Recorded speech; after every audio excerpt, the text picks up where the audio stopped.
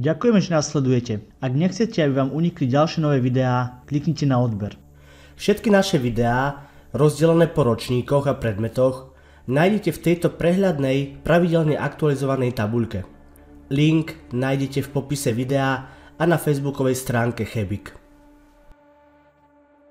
V domácnosti vznikajú všetky chutné recepty v kuchyni a pri ich príprave si pomáhame rôznymi pomôckami, ako napríklad vareška, naberačka či panvica. Na hodinách chémie to bude veľmi podobné, ale našou kuchyňou, kde budú prebiehať všetky chemické pokusy a experimenty, bude chemické laboratórium, kde budeme pracovať s rôznymi chemikáliami a laboratórnymi pomôckami.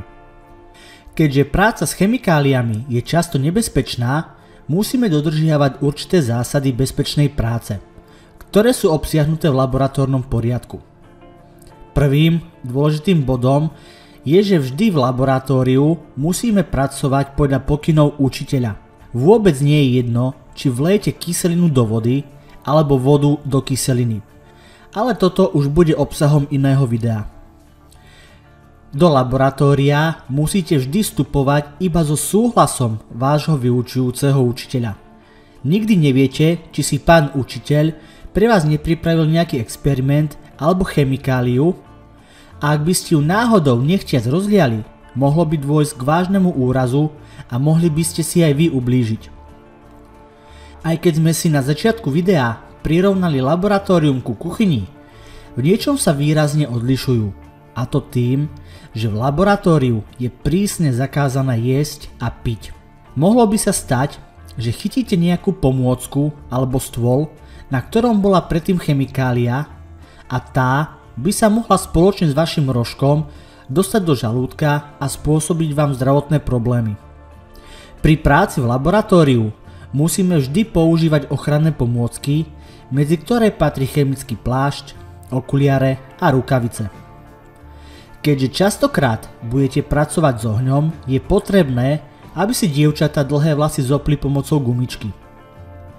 Pri práci bezdôvodne neopúšťajte svoje pracovné miesto a nevyrušujte spolužiakov.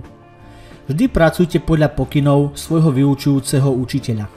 Aj keď vám niektoré chemikálie, s ktorými budete pracovať, prídu bežné, ako napríklad soľ či sóda bikarbóna, nikdy ich neochutnávajte. Ani ich pary nevdychujte priamo z nádoby.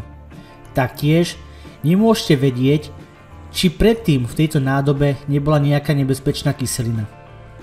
Ak budete pri chemickom pokuse zahrievať látku v nádobe, nikdy otvor nádoby nesmerujte na seba alebo inú osobu, pretože by mohlo dôjsť k jej vyprsknutiu a zraneniu. Vždy nádobu, v ktorej látku zohrievate, smerujte na miesto, kde sa nikto nenachádza. Vždy pri práci buďte opatrní a sústredení.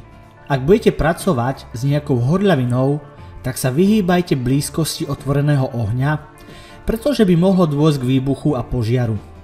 Ak by pri vašej práci došlo k rozliatiu alebo rozsypaniu chemickej látky, prípadne by ste sa zranili, ihneď to hláste vášmu učiteľovi. Nepoužité zvyšky chemikálií či rozbité sklo dávajte do nádob na odpad, ktorý je na to určený.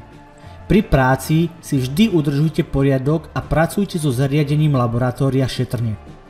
Neplytvajte plynom, elektrickou energiou či vodou. Keď svoju prácu v laboratóriu skončíte, urobte si na svojom pracovnom mieste poriadok a pred odchodom si poriadne umyte ruky. Z laboratória odchádzajte len so súhlasom učiteľa. V chemickom laboratóriu určite nájdete lekárničku, ktorú je potrebné využiť pri úrazoch a hasiaci prístroj, ak by pri práci s otvoreným ohňom došlo k požiaru. Taktiež v laboratóriu nájdete dôležité telefónne čísla, ktoré všetci isto dobre poznáte. Samozrejme, to nie sú telefónne kontakty na vašich rodičov, ale hasičov, políciu, záchrannú službu a integrovaný záchranný systém. V chemickom laboratóriu sa nachádzajú aj laboratórne stoly, na ktorých budete pracovať. Rôzne laboratórne skrine, v ktorých sú uložené laboratórne pomôcky a chemikálie. V laboratóriu sa môže nachádzať aj špeciálny prístroj, ktorý sa volá digestor a ten slúži na odsávanie plynných škodlivín a rôznych chemikálií. S digestorom ste sa určite stretli už aj vo vašej kuchyni, kde tento prístroj slúži na odsávanie pár. Okrem ochranných pomôcok, ochranný odev, rukavice a okuliare, ktoré sme si už spomínali, máme v laboratóriu aj rôzne laboratórne pomôcky, ktoré nám pri práci pomáhajú. Tieto pomôcky môžu byť vyrobené z rôznych materiálov, ako sklo, porcelán, plast či kov.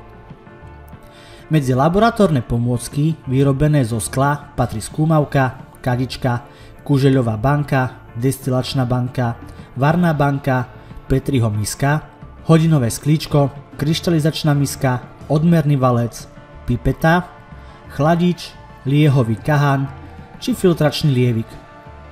Medzi laboratórne pomôcky vyrobené z porcelánu patria odparovacia miska či rozstieračka s rozstieradlom. Medzi laboratórne pomôcky z plastu patria chemická lyžička, skúmavka a strička. A laboratórne pomôcky z kovu sú chemické kliešte, stojan na skúmavky, držiak na skúmavky, držiak, svorka, stojan, železný kruh, plynový kahan, kovová sieťka s keramickou vložkou. Do komentára nám napíš názov laboratórnej pomôcky, ktorú si zapamätal. Tak si to zhrňme. Počas